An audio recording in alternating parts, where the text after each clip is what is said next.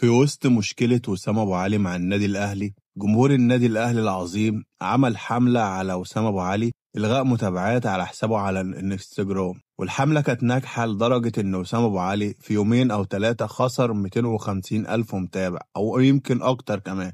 يقوم وسام العبقري يعمل أغبى حاجة ممكن بني آدم يعملها.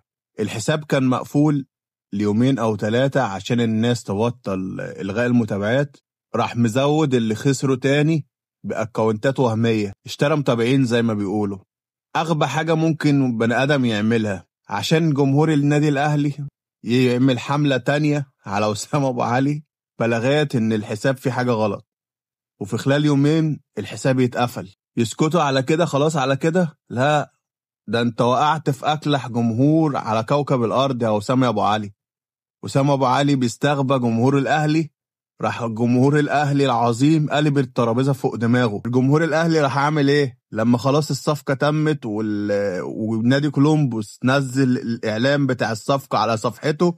جمهور الأهلي دخل وجب مع وسام وبقى يقول ده حارس مرمى، ده لاعب مالوش فيها. كل اللي بقى نفسه في حاجة يبقى يقولها. ملقيتش إلا جمهور الأهلي يا وسام أبو علي، دول أكلح جمهور على كوكب الأرض.